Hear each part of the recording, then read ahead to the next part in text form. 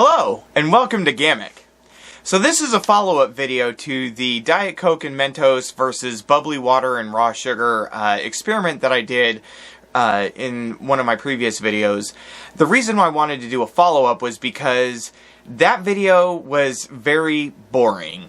There was not a big reaction, nothing really cool happened, it didn't really show anything that people didn't already know. We already knew what Diet Coke and Mentos would do.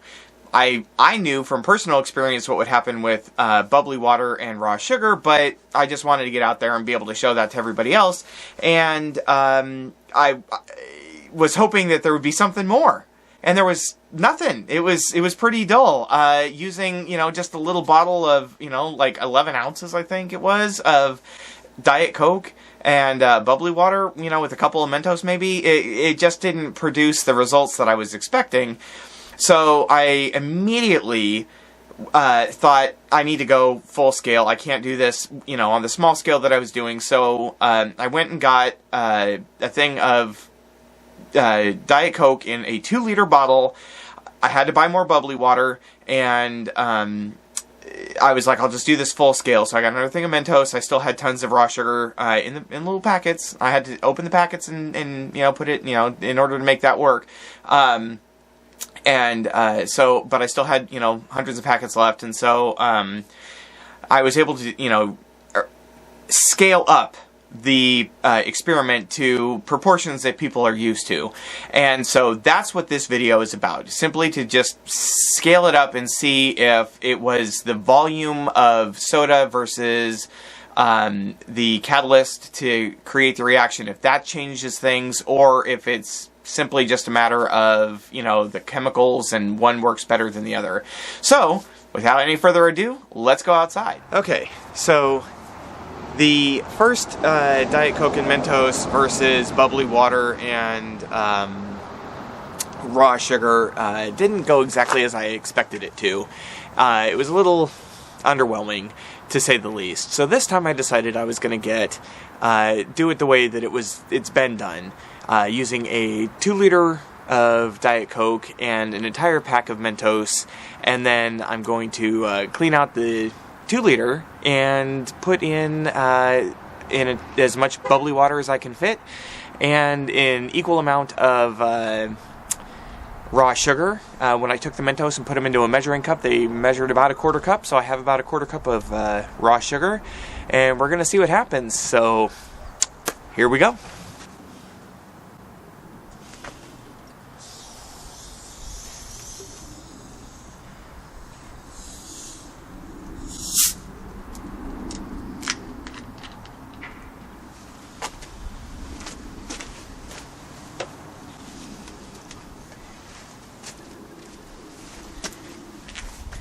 Now remember, this is an entire thing of Mentos. I just put them in the paper sleeve to make it so they all come out a lot faster. But this is an entire pack of Mentos and a completely full thing of Diet Coke that has never been opened until just now.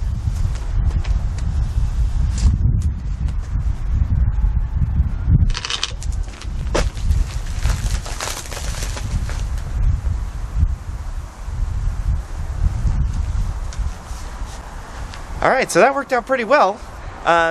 We can actually see that because of the angle of the driveway and everything like that, it actually splashed up against the garage door, and we got it to right about here. It might not be visible on the camera, but we actually got it right up to here, which is a pretty decent spray. So now we will empty out the 2-liter. It's also worthy to note how much of that actually sprayed out of there. Yeah. So we'll get this cleaned out, and then we will fill this with bubbly water and add raw sugar and see if it's equal, better, worse. We'll find out. So I've taken the paper and put it into the shape of a funnel. And now I have a 1/4 cup of raw sugar, which is the same amount as a full pack of Mentos. I'm going to put it in the bubbly water and see if I get a better or worse reaction.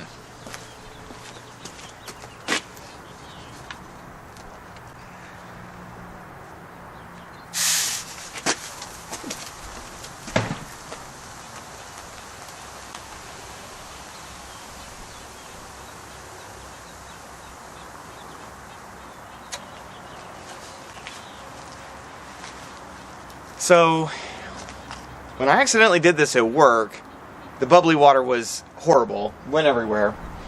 And I think it has to do with how quickly I can get all of the sugar and the water, all the sugar into the water before there starts to be a reaction, because I actually got some that's, this actually got wet. It started to foam up before I could even get the entire thing in there. So I think that may have had an impact on it. Because if you look, I still have most of the soda left, or at least, you know, 3/4 of it left. So, didn't go exactly the way I expected it to.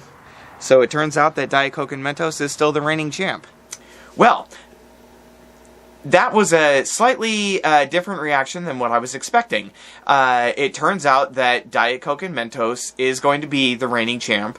The reaction was bigger. I guess the delay of the reaction, allowing the Mentos to get to the bottom and then create more of the fizz and foaming effect, getting to the top, happening kind of all at once, allows it to, you know, burst out the top. And as you can see, it was able to go up, you know, to the second panel of the garage door, versus the bubbly water, which pretty much started to foam immediately. As soon as there was some sugar in there, it started to foam like that, and it made it to where I couldn't actually get the rest of the sugar to pour in there as easily. And I think that definitely made a difference. If I was able to get the sugar in there in the bottom and then have that burst open or something like that, it might create a bit of a difference, but that's a technological thing that I at this scale, I'm not prepared to do. But that, I think, may have had an impact, just because the reaction's happening instantly. The second the second that the sugar touches the bubbly water, boom, you get your reaction, and there's no time for that sugar to get down there, create the foam, and then have it come up like it does with the Diet Coke and Mentos. So until I'm able to figure out how to make the raw sugar work by getting it into the bottom of the bottle and then reacting with the soda, I'm going to have to say that Diet Coke and Mentos is still the reigning champion for this type of experiment, but I'm not going to give up hope yet that I can get the raw sugar and bubbly water to give me the reaction I was expecting. Now, if you do notice, the raw sugar seems to have a longer lasting foam effect. So the Diet Coke and Mentos happens, you know, the energy goes up, it squirts out, and then it's done. The bubbly water seems to be lingering longer. It foams, and then it kind of subsides, and it doesn't, it didn't use nearly as much of the bubbly water as it did with the Diet Coke. When the Diet Coke was done, there was, you know, maybe 6 or 7 ounces left in the bottom of the bottle, compared to the bubbly water, that it was still just below the top of the label. And so even though it foamed up and, you know, did spill out, it only used maybe 6 or 7 ounces. So, you know, 6 or 7 ounces used versus 6 or 7 ounces left out of a 67.6 fluid ounce bottle. So that's a difference of about 60 ounces, and because I'm not doing any kind of empirical measurement, let's just say 55 max, but that's still 55 ounces is a pretty substantial difference in the total amount of soda used. So, like I said, once I can figure out how to get the bubbly water in the bottom of the container and then have the reaction, I'll get that one figured out. But for right now, we're just going to have to wait and see what happens. Until next time.